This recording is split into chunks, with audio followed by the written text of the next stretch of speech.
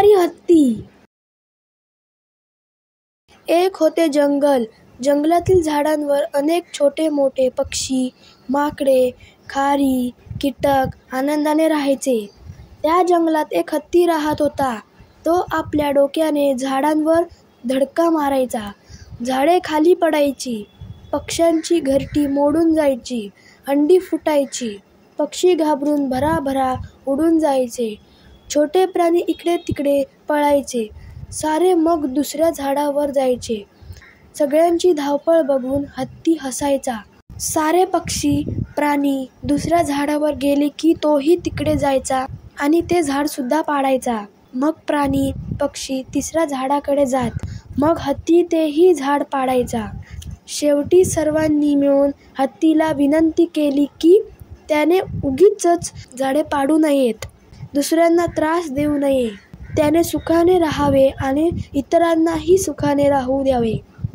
हत्ती म्हणाला, तुम्ही कोण मला सांगणार? मी आहे इथला राजा. मला हवं ते मी करणार. असे म्हणून हत्तीने सोंडेने एक झाड उपटले. त्या झाडाच्या जवळच मुंग्यांचे एक वारूळ होते. त्यात खूप मुंग्या राहायच्या. मुंग्या हत्तीला म्हणाल्या, हत्ती दादा, आमचं घर पाडू नकोस रे. इवल्या अशा मुंग्यांनी हत्तीला दादा म्हटलेले हत्तीला आवडले नाही. तो म्हणाला, दादा नाही, राजा म्हणा मला, राजा. एक मुंगी त्याला म्हणाली, राजा दुसऱ्यांचं रक्षण करतो, तुझ्यासारखी त्यांची घरं नाही पाडत. आता मात्र हत्ती फारच चिडला. ए चिमुरडे, फारच बोलते आहेस, असे म्हणत तो रागारागाने मुंग्यांचे वारूळ सोंडेने पाडू लागला. त्याबरोबर वारूळ आटल्या.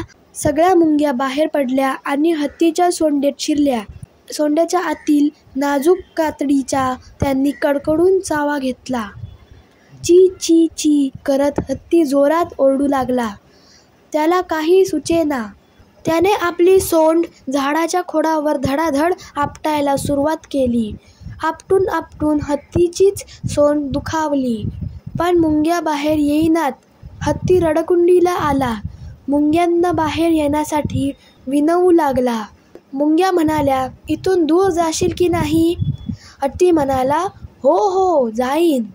झाड पाडायचे सोडून देशील की नाही? हो हो, झाड पाडणं सोडून देईन. हत्तीने असे बोलताच सगळ्या मुंग्या त्याच्या सोंडेतून बाहेर आल्या. मग हत्ती खाली मान घालून निघून गेला. सगळ्या पक्ष्यांना, प्राण्यांना, कीटकांना आनंद झाला.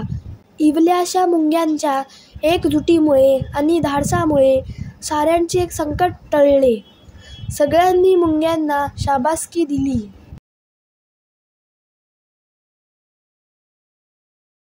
तर फ्रेंड्स, तुम्हाला व्हिडिओ आवडला असेल तर या व्हिडिओला लाईक करा, शेअर करा आणि चॅनलला सबस्क्राईब करायला विसरू नका. Thank you friends and bye bye.